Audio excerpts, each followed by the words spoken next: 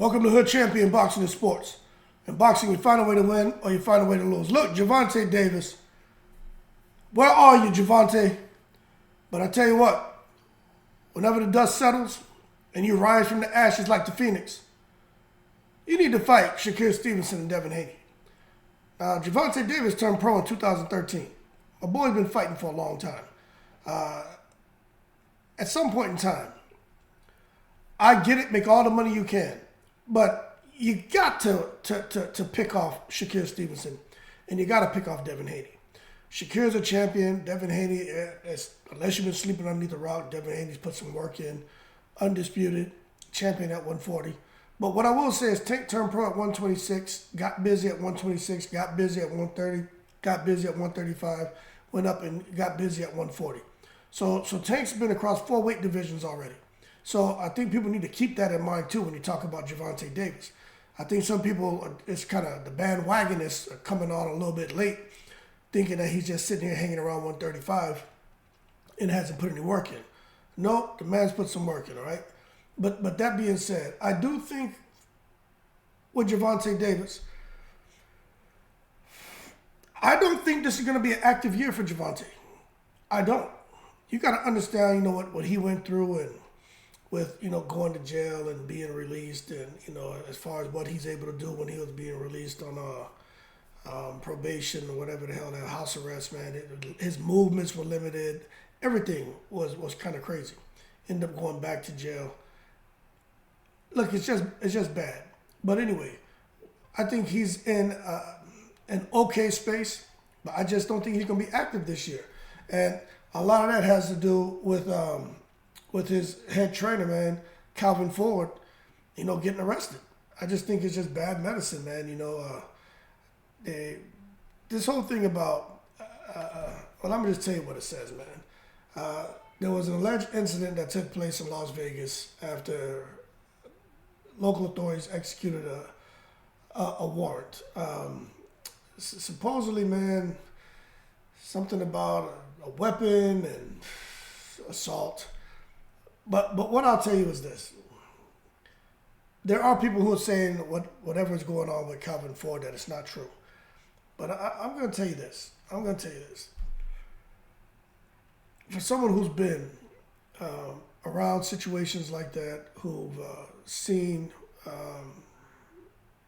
firsthand people I knew where they were actually taken into custody to be extradited back to another place, right? Like I've actually had friends go through that, and I was right there, right?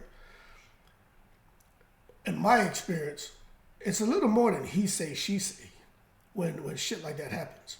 You know what I mean?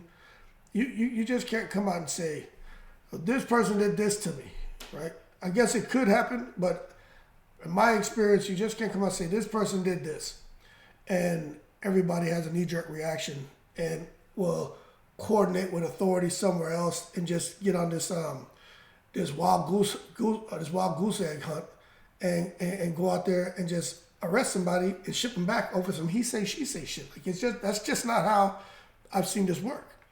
But what I will say is, I hope the situation going on with Calvin Ford, I hope everything works out for the best for him, because Ford spent so much time invested in Gervonta from a kid, training Gervonta, trying to keep kids, out of harm's way, out of the streets, out of jail, to see him, in this situation, which hopefully it blows over, and that's great. But I just don't think they need those distractions.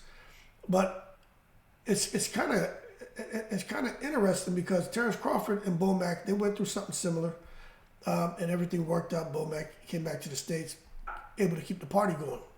But hopefully we'll get some fidelity on what's going on with Calvin Ford so Gervonta Davis can keep the party going.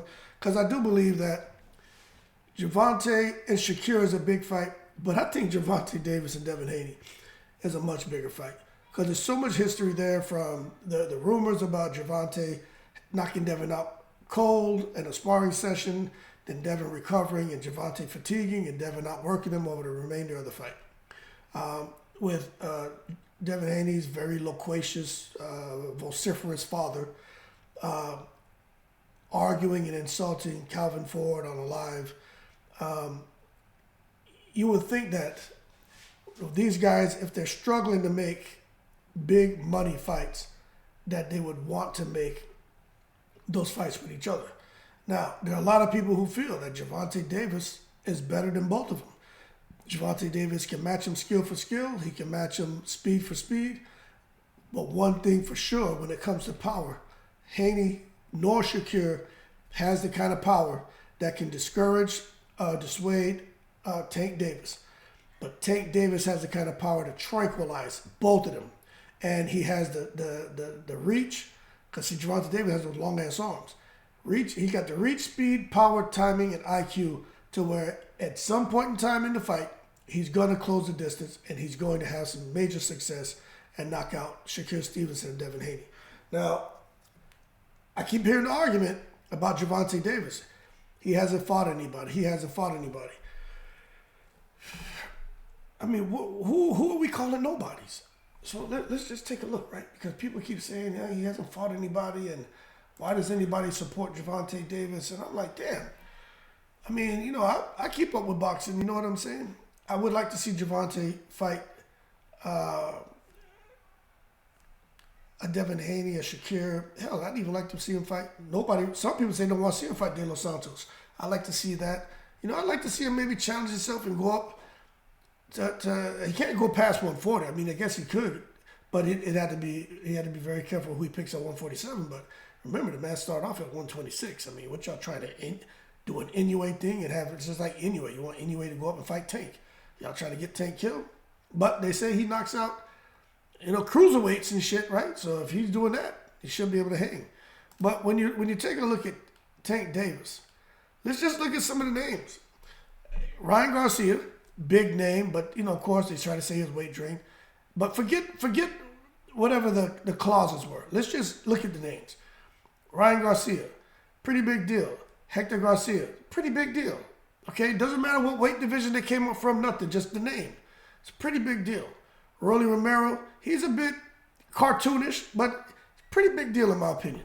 Isaac Pitbull Cruz, hey, he's shown that there's something special about him. Pretty big deal. Mario Barrios, pretty big deal. Leo Santa Cruz was a pretty big deal. Yuriorkis Gamboa, the name is there, but I'm not sure I want to give the credit for Gamboa, especially fighting the rest of that fight injured. And Gervonta not being able to get him out of there, and Yuriorkis Gamboa having some success in that fight. Ricardo Nunez, who really knows who that is? Hugo Ruiz. These are guys who are ranked, but it is what it is, man. Then you got Cuellar, Fonseca, Liam Walsh, Pedraza. I heard stories about that, but that's, you know, his name is, we know his name, but these other guys, you guys probably won't know. But at the end of the day, when you go through that list like that, there's some notable names on there, but I understand when people are like, well, look, Pew Laird's back. We get you. Name recognition, you're right. We recognize those names, but Pew Laird's back to understand the specifics in the contracts and how the contracts were written and geared to give Gervonta Davis an advantage.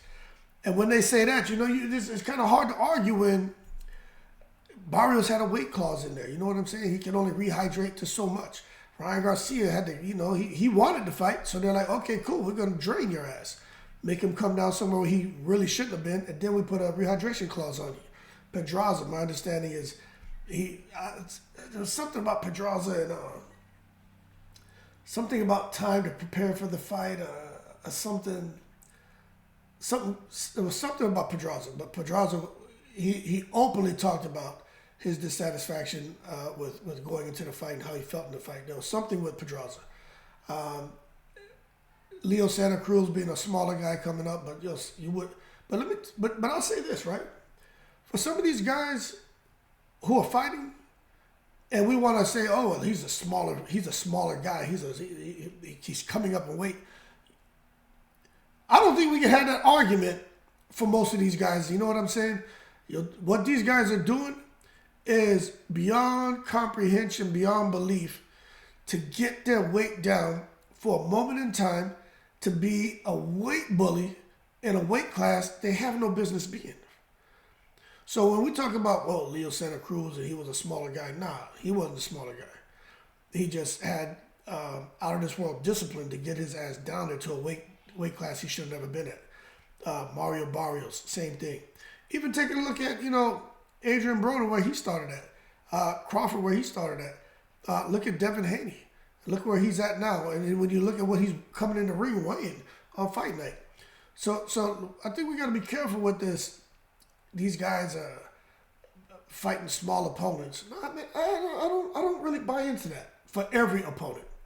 But the rehydration clause thing, look, man, it is what it is. There's an A side, right? I don't know if I agree with that, but there's an A side. And if people want to fight, they'll sit there and they'll accept what's thrown at them. Eddie Hearn is a shrewd businessman, and he's known for the type of contracts he puts out there. If you come in to fight one of Eddie Hearn's fighters, especially a guy like AJ, right? AJ's always the A side. Simple. Even with his losses, he's the A side. People want to see AJ, and Eddie Hearn knows that. So when you come to negotiate with a fight with Anthony Joshua, Eddie Hearn may entertain you for a little bit, but at some point in time, he's like, all right, look, let's knock this off. Stop playing games. This is what we're going to give you. Take it or leave it. We have this guy, this guy, this guy, and this guy waiting with contracts already signed. If you don't take this, we go here. Simple. Eddie Hearn's not playing with these guys. And I do think when we talk about negotiations, Devin Haney's in a position like that. Tank Davis is in a position like that where they can sit there and treat Haney and Shakur as the B side. But see, Devin Haney, his dad's not going for that. We all know Shakur thinks he's something that he's not when it comes to pay-per-view. But what I'm getting at is Earl Spence, to me, showed the blueprint on how to make a fight happen, to make the impossible possible. Just take a deep breath and blow it out and be like, you know what? Give it to him. Yep, you're right. I'm the draw. I'm the this. I'm the that. As of right now, I'm the man. It should be a 70-30 split, right? But just give it to him. I want the fight. I want the payday. And Earl Spence, I think you do have to take into consideration all the stuff Terrence Crawford did from when he first started boxing to the point he reached. But at the end of the day, I truly believe Earl Spence should have got like a 60-40 split. You know what I'm saying? I mean, I really believe that. Not so sure what the split was, but it was something that Crawford liked. So I think it was more closer to like 50-50 or 55-45 or some shit like that. But I'm going to tell you, I think Earl Spence deserved more. That's just my opinion. But when you look at Tank and Haney, Tank and Shakur, I get it. Haney's done great things. But Tank deserves, but Tank deserves more. I get it. Shakur Stevenson has done some great stuff. But I think Tank deserves more money. And as long as these guys are going to sit here, man, and start poking each other in the eyeball on who's getting what, the fight won't get made. But I think Tank Davis deserves to get the larger slice of the pie. I do. I think it's more like I ain't going to say 70-30. For Haney, it's probably like a 60-40.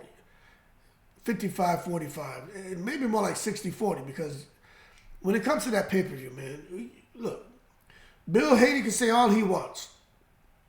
The reality is, word on the street is, Haney didn't even clear 40,000. Now, you know what I'm saying? So let's just take some of that as a bit of hyperbole, right? And let's just say Haney didn't even crack. Let's just say Deontay Wilder number, 70,000, 80,000, right? Now you want to sit there and come and really think you're going to negotiate with Tank Davis and get a 50-50 split with what this man did with Ryan Garcia? But forget Ryan Garcia, right? Ryan Garcia had everything to do with those that pay-per-view event doing over $1 million buys. Excuse me, I got a cold. Just take a look at what the type of numbers Tank was doing without Ryan Garcia. Add them up, all his pay-per-view events, add them up, average it out, and you take a look at that. Tank was doing hundreds of thousands of dollars of pay-per-view events. I mean, hundreds of thousands of buys. Okay, so he was doing all right by himself. It's like Earl Spence. By themselves, they were doing all right. So I just think it's hard. It'd be hard for me to although Devin's done some great things, to come here and talk about a 50-50 split, especially when they don't want to reveal how Devin Haney's pay-per-view event did against Regis Prograis. But then again, Devin didn't have Ryan Garcia as a dancing partner. So that has a lot to do with it. And then Shakur Stevenson, he's just totally in the breeze. Like, he got to take whatever they give him. He should just shut up. 90-10, shut up. Like, here, Stevenson's got some rebuilding to do. But he hasn't proven himself, to me, in any area to come out here and think he can hold ground about a 50-50 split with anybody. Period. So if Devin Haney is going to get like a 60-40, then Shakur is more like an 80-20.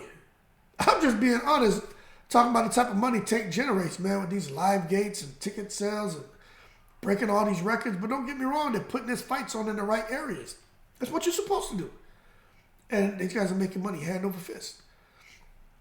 So at the end of the day, regardless of everything we talked about, I think Tank needs to fight Devin Haney, and I think Tank needs to fight Shakur Stevenson.